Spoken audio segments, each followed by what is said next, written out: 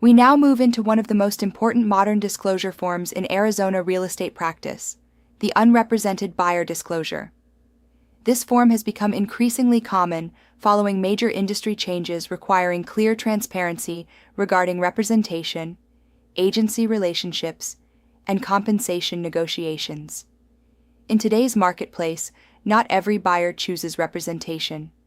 Some buyers attend open houses, contact listing agents directly, or attempt to purchase property without hiring their own broker. When this occurs, Arizona licensees must clearly document who represents whom, and more importantly, who does not represent the buyer. This disclosure protects all parties by eliminating confusion regarding agency relationships before contract negotiations begin. Why this disclosure exists: agency clarity in modern real estate practice. Arizona agency law requires brokers to clearly disclose representation relationships under AAC R428-1101, Professional Conduct and the Real Estate Agency Disclosure and Election (READ) framework. When a buyer is unrepresented, the listing broker represents the seller only. No fiduciary duties are owed to the buyer. Communication assistance does not equal representation. Without this disclosure, buyers frequently assume the listing agent is helping them or protecting their interests. That misunderstanding creates significant liability exposure. The unrepresented buyer disclosure formally confirms that the buyer knowingly declined representation. Representation seller-broker only represents the seller. The disclosure clearly states that the seller-broker represents only the seller in the transaction. The broker may provide transaction documents, communicate offers and counteroffers, coordinate access and logistics, facilitate closing activities. However, these actions are performed solely to complete the seller's transaction objectives. They do not create buyer agency. Phoenix example: a buyer walks into an open house in Gilbert and asks the listing agent to help write an offer. The agent may assist administratively, but fiduciary loyalty remains with the seller. The disclosure confirms this limitation. Fiduciary duties remain owed to the seller. The listing broker continues to owe the seller loyalty, obedience, disclosure, confidentiality, accounting. Because of these duties, anything shared by an unrepresented buyer may legally be disclosed to the seller. Critical teaching point for students: an unrepresented buyer should never disclose negotiating strategy, motivation, or financial limits to the listing broker.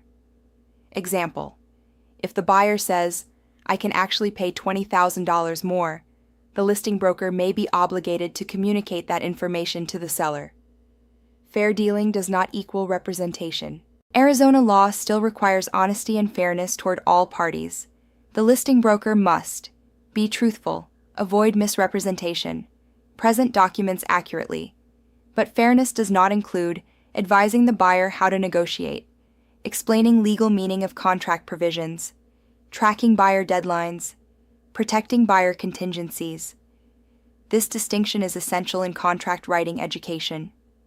Due diligence responsibility transfers to the buyer.